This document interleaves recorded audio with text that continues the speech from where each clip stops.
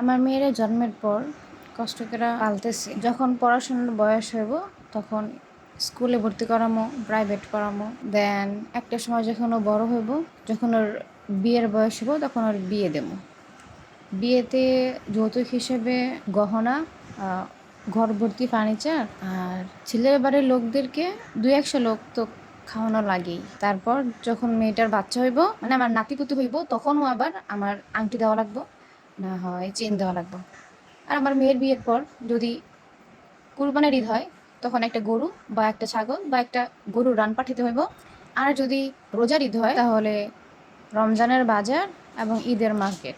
তারপর আমি যে আমার মেয়েকে এত কষ্ট করে পড়ালেখা করাইলাম, কষ্ট করে পারলাম, মেয়ে কিন্তু আমার একটা টাকা খাওয়াইবো না। হ্যাঁ, আর মেয়ে কিন্তু আমার রান্না বান্না করে খাওয়াইবো না। মেয়ে তার শ্বশুর শাশুড়িরে সেবা যত্ন করবো, রান্না বাড়া করে খাওয়াইবো। আর মরার আগ পর্যন্ত আমার ছেলের মাকে আগে আগে দাওয়াত দেওয়া লাগবো, আগে আগে ফোন দিয়া খোঁজখবর নেওয়া লাগবো। কিন্তু যদি আমার শরীর খারাপ থাকে বা যদি আমি মইরাও যাই, তাহলে ওনারা কিন্তু আমার ফোন দিব না, কারণ উনি হচ্ছে ছেলের মা। আমি কখনোই আমার কোনো মতামত আমার মেয়ের সাথে শেয়ার করতে পারবো না, বা যেটা আমার ভালো লাগে সেটা আমি বলতে পারবো না, কারণ হচ্ছে আমি মেয়ের মা। মেয়ের মাদের এত পোদ্দারি কিসের? পোদ্দারি করবে ছেলের মারা, কারণ তার ছেলে আমার মেয়েকে কষ্ট করে খাওয়াইতেছে। তো কথা হইতেছে এটা, আমার মেয়েটারে যে খাওয়াইতেছে এটা কি ছেলের মার দয়া নাকি আল্লাহর হুকুম?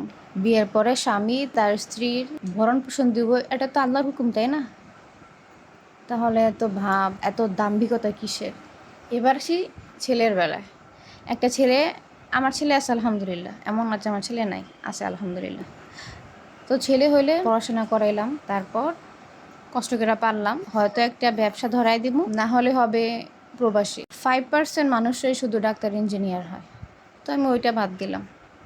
একটা ছেলেরে লালন পালন করার পরে সেই ছেলেটা আমার কাছেই থাকে এবং সে ইনকাম করে আমারই খাওয়াইতেছে, এবং তার পাশাপাশি কাজের লোক হিসেবে আমার ছেলের বউরও আনতেছে। তাহলে আমার তো লাভ আর লাভ, তাই না? তাহলে আপনারাই বলেন, একটা মেয়ে হওয়ার পরে যদি আমার সারা জীবন দিয়ে যেতে হয়, ছেলের মার কাছে বারবার ছোট হইয়া থাকতে হয় আর নত হইয়া থাকতে হয়, তাহলে একটা মেয়ে কে চাইবো? আপনি আমার বলেন। বর্তমানে আমরা আমাদের মেয়েদের লাইফটা আমরা এতটা কঠিন বানায় ফেলছি যে এই জন্য কেউ মেয়ে চায় না, সবাই চায় যে আমার একটা ছেলে হোক। তো এখন যদি আমরা এগুলা পরিবর্তন না করি, তাহলে আমার মনে হয় না সামনে আরও কেউ মেয়ে চাইব। আমাদের উচিত শক্ত হওয়া এবং উচিত কথা বলা। একটা মেয়েকে আমি কষ্ট করে ছোট থেকে বড় হওয়া পর্যন্ত আমি পালছি, পালার পরে সেটা আমি তোমারে দিছি যাতে তুমি এটা ফল ভোগ করতে পারো। গাছ কিন্তু লাগাইছে আমরাই, এখন ফল ভোগ করবা তোমরা। তো যেহেতু আমরা তোমাদের দান করলাম, আমরা তোমাদের দিলাম, তাহলে তোমরা আবার আমাদের থেকে আজীবন কিভাবে চাও?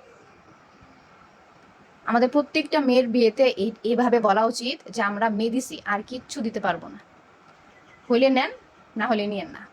আর সম্পর্ক একদিক দিয়ে হয় না। আমি যেমন আমার মেয়ের মাকে সম্মান করব, ছেলের মারও উচিত আমাকে সম্মান করা, আমার খোঁজ খবর নেওয়া। ছেলের মা বইলা যে সবার আগে আগে আমি দিব, মানে সব কিছু দায়িত্ব আমার, এমনটা না। আসুন আমরা পরিবর্তন হই, পরিবর্তন করি। যতদিন না আমরা পরিবর্তন হইতেছি ততদিন কোনো কিছুই পরিবর্তন হইব না। আর সবশেষে বলবো, ডালটা এভাবে রান্না করে দেখেন, আমার বিশ্বাস আপনাদের অনেক ভালো লাগবে।